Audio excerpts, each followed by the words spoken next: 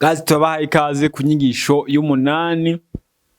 Inyigisho y'umunani ushobora kuraba inyigisho zatanguye ya mbere gushika ku munani ni yo muri business y'ubumenyi. Business ntihomba kuko ubumenyi ntibuhomba, utagize ikibazo mu mutwe ni business ushobora gutanguza atamutaye. Ikintu usabwa gusa ni terefone n'ubumenyi na internet. Ubu turi ku nyigisho y'umunani aho tugomba turabire hamwe imbuga benshi bakoresha bariko barama comedy, filme, ibiganiro, ariko batazi uko bobaye nabo bariko binjiza amafaranga kuri internet. So turabire hamwe YouTube, TikTok, X, LinkedIn, Instagram na Facebook.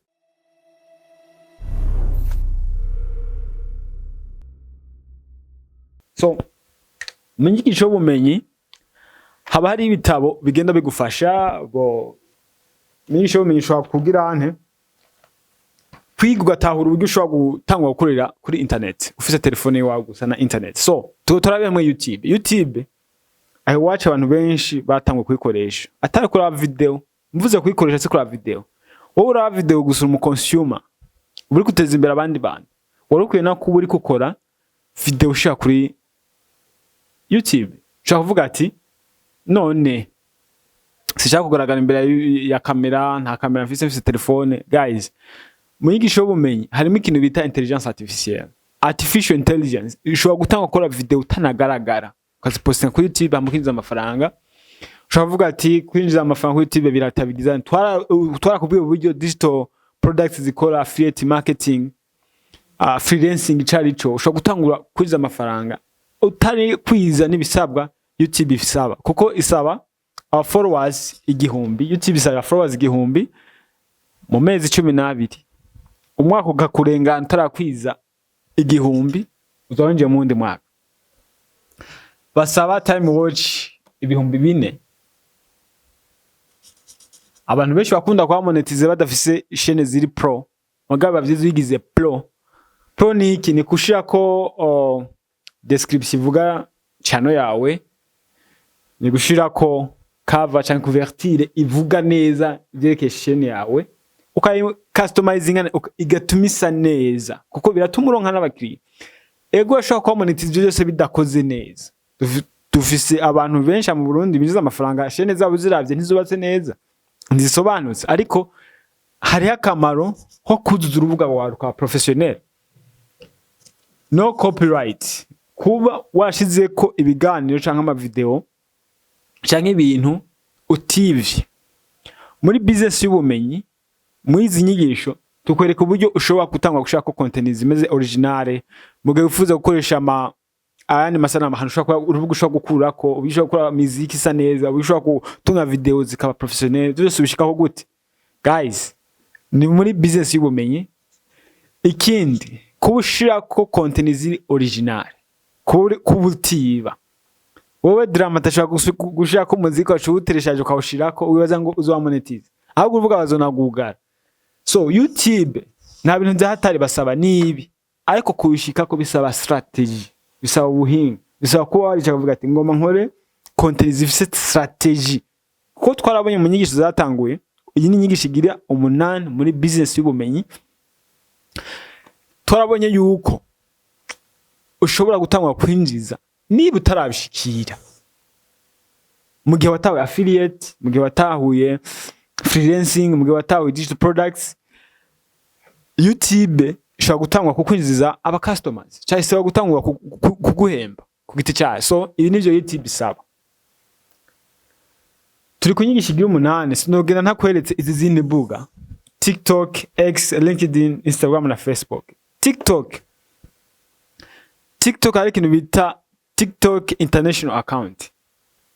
International account ni TikTok ushobora kumonetize. Si TikTok izo ushobora kumonetize. Tuvuge TikTok yawe pays de residence ni mu Burundi. Okay? Muco gihe bizogwa kumonetize. Kubera iki? Nta partnership TikTok ifitanye n'u Burundi. Na YouTube irazi ko turinda guhindura pays de residence kugira tube zemonetize. Ni mpaka YouTube yumvikanye n'igihugu natwe tugatangura kumonetiza twagize mu Burundi. Mugabo hari ama strategy hariho ways, hari inzira so kumonetiza chaîne yawe ya YouTube. Okay? Biroroshe birakogwa. ni kwiga ugatahura uburyo bikorwa. TikTok ufise followers 1000 kandi ukaba wakoze international account, ushobora gutangwa kwinjiza ibintu bita ama gifts. Ufise uburenganzira bwo gukora live mu gihe uriko utanga ibiganiro bimeze neza, wigisha abantu. Ushobora gutanga ubutumwa bwiza abakirisitu turakunda gutanga, canke wigisha skill kanaka, canke ufise ikintu cyose ugakora live. Uba allowed gukora live mu gifisa abantu 1000. Okay? Ufise abantu 1000 kuri TikTok ya international account, abantu bashobora kuguha gift bazigwa mu tokens. So ama tokens ushobora convertisa mu mahera. TikTok birakunda. Hama mu gihe wabifashe serie, wabifashe nk'akazi, wabifashe nka business, ugashikana abantu 10,000. Mwiki gihe TikTok yawe ushobora kuyimonetiza mu bintu byinshi. So ushobora kuvuga ati je ndafise abantu 10,000 n'ubundi sidayimonetize. Na TikTok ni international account, kandi uko uca uyihindurika ya business. Okay? So mu gihe wakwije abantu 1000 canke abantu 10,000 canke abantu 7,000, je nshobora kumonetiza TikTok yanje fise n'abantu 700. Twarize uburyo ushobora kumonetiza urubuga rwose. Strategy ucamo. Ushobora kujaje nkikoresha affiliate marketing. Ushobora gukoresha TikTok ndiko namamaza ama services yanje nkakora freelancing. Ko nakubwiye ati attention is the new currency. Mu gihe abantu bakuzi biroroshe ko ushobora kumonetiza. Okay? TikTok kondisiyo zayo, kuko ushobora gukorana video muri YouTube nkazana muri TikTok. TikTok nza kumana tubona ama TikTok menshi yateye imbere yakuze biba content muri YouTube bazana muri TikTok. Nk'ama partnership ahari yo guhana ikintu kiva muri YouTube cyangwa ikintu cyava kuri Facebook wakize muri TikTok. Tuko turajana. Uzotangwa kuronka ama gift n'udushimwe bagenda baha umuntu yakoze live ku TikTok mu gifisa abantu 1000. Mu gifisa 10,000 naho ushobora ko umva baca baguha dashboard wawe usanga yahindutse. Baca batangwa kuguha inzira zishobora kumonetiza, ariko ushobora no gutanga kumonetiza niba utarabikwiza mu gihe watahuye affiliate marketing cyarico, freelancing cyarico, digital products cyarico. Tujye kuri X. X ni Twitter. Ubitwa X n'urubuga ushobora gukoresha uriko ukora kw'abakiriya canke uriko branding, uriko kwa marketing ibyiwawe. Ni n'urubuga ushobora kumonetiza ugatangwa kuguhemba. X rujya rubuga rw'amakuru. Bigenda gute? Ni gukora ko konti ka professionnel. Konti ri professionnel urayizi, ifise clear profile, ifoto isa neza. Mu gihe ushaka kwibrandinga wewe, ifoto zifotisa neza, uboneka mu maso usa neza nyine professionnel. Mu gihe ari uri kushaka kwamamaza company cyangwa agence kanaka, umva kuri profile shaka logo. Hama hariho couverture ikwije ama condition, hari ama dimension, ama pixels nyene yagenewe X, ukora cover cyangwa couverture ihuje n'ama condition X sawa. Aho mu description ugashiramo ibihura n'ivyo ukora, ahubwo atangura gushaka content kuri X. Okay? Hari mu are nyinshi. Nyimba yatawe affiliate marketing, digital products. Guys, hari more ways of monetizing this platform X. Hari inzira nyinshi zo kumonetizing.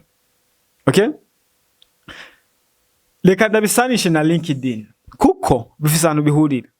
Mu gihe watahuye affiliate cyarico, X na LinkedIn ni platform dukoresha cyane tuko duhiga ubuzi hanze y'igihugu. Tula applying, hariho option kuri X na LinkedIn dukoresha tuko tula applying, tuko dusaba ubuzi hanze y'igihugu. Turonka abaguzi gute? Arizana cyane tugasaba ubuzi. Dukora ko content abantu bakurikira umuntu bazi. Higa inzira ushobora kuronkamo attention. Raba niche yawe cyane raba skills ushobora kwiga.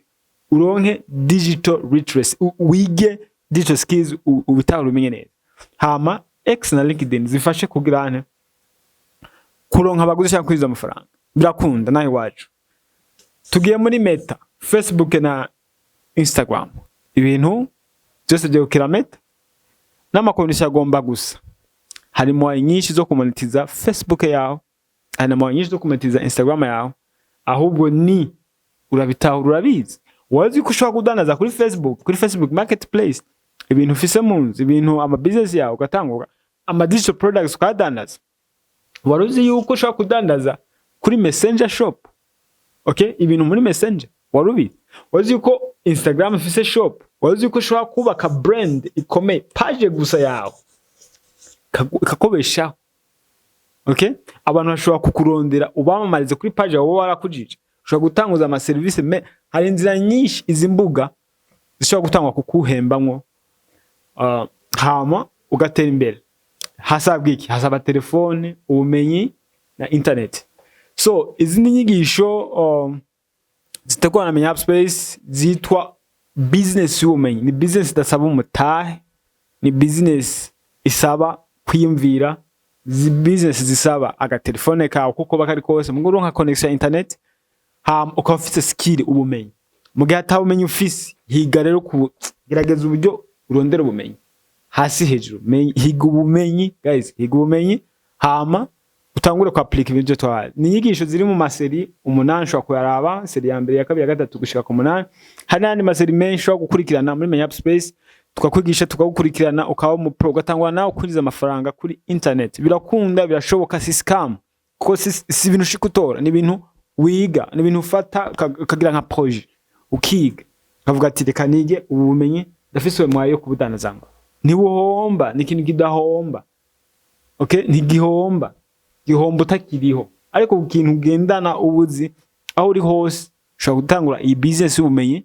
Irakoreka, iroroshe kuko iza koroha mu dufisize mwishaka. Mugara atashaka ufise biragoye. Tubashimire cyane Menya Space ibiri kumwe na IgaNews. Thank you. Muri bibihe turimo Aiga yagaho n'ibiciro kubipfuza kwamamaza ivyabo. Uri umudandaza cyangwa ukora akazi kariko kose, kaze muri IgaNews ibafashe gushitsa kure ibyifuzo byanyu. Menyekanisha ibyo mukora biciye mu manjwi kumwe n'amasanamu meza atahandi zo bisanga uretse muri IgaNews. Mbiga wowe ufise icubaza, twandikire cyangwa duhamagare kuri 6718175. Turaboneka no kuri Facebook, Instagram, YouTube ndetse n'izindi mbuga mu kwandika IgaNews. Ntukikwe n'amahirwe. IgaNews gituma ibintu byanyu bimenyekana isi yose.